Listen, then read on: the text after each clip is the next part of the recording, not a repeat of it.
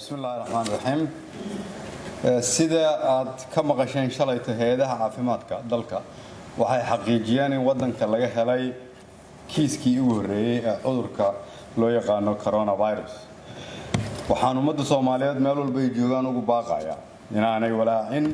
balse ay ku dadaalaan inay muujiyaan foojignaan dheeraad ah dawladdu waxay diyaarisay waxyaabaha muhiimka ah sidii looga hortagi lahaa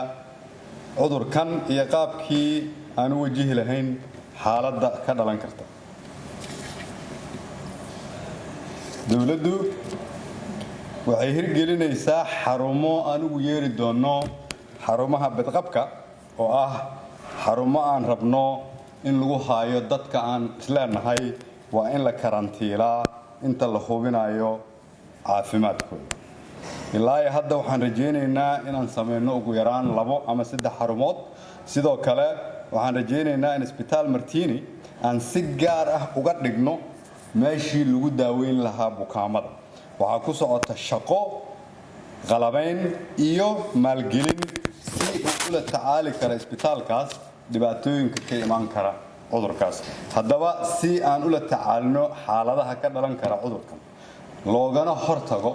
waxaan ka codsanayaa shacabka Soomaaliyeed dhammaan meel walba ay joogaan inay raacaan talooyinka ay bixinayso wasaaradda caafimaadka iyo hay'adaha dawladda ee hawshan ku howlan si marka aan uga hortagno cudurkan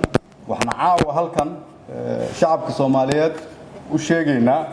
in la xiro iskuulada iyo jaamacadaha laga bilaabo maalinta berri ah oo ay xirnaadaan 15 maalmood kadibna ay ka sugaan warbixin dheeraad ah dawladda Soomaaliyeed sidoo kale waxaan soo jeedinaynaa in la joojiyo dhammaan kulamada waaweyn xafladaha iyo isku soo baxyada fagaarayaasha si looga hortago cudurkan foojignaantana aan u xoojino dawladdu waxay kala shaqeynaysaa arrinkan dhammaan qaybaha kala duwan ee bulshada si aan u muujino wax ka qabadka cudurkan waxay xukuumaddu maantay meel gaar ah dhigtay $5 milyan oo ah lacagtii ugu horeysay oo u qoondeyno oo lagu la tacaali doono cudurkan lacagtaas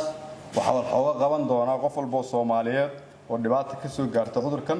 meel walba oo ay dalka ka joogaan hadii Ilaahay yiraahdo sidoo kale waxaan wada hadallo kula jirnaa hay'adaha dhaqaalaha adduunka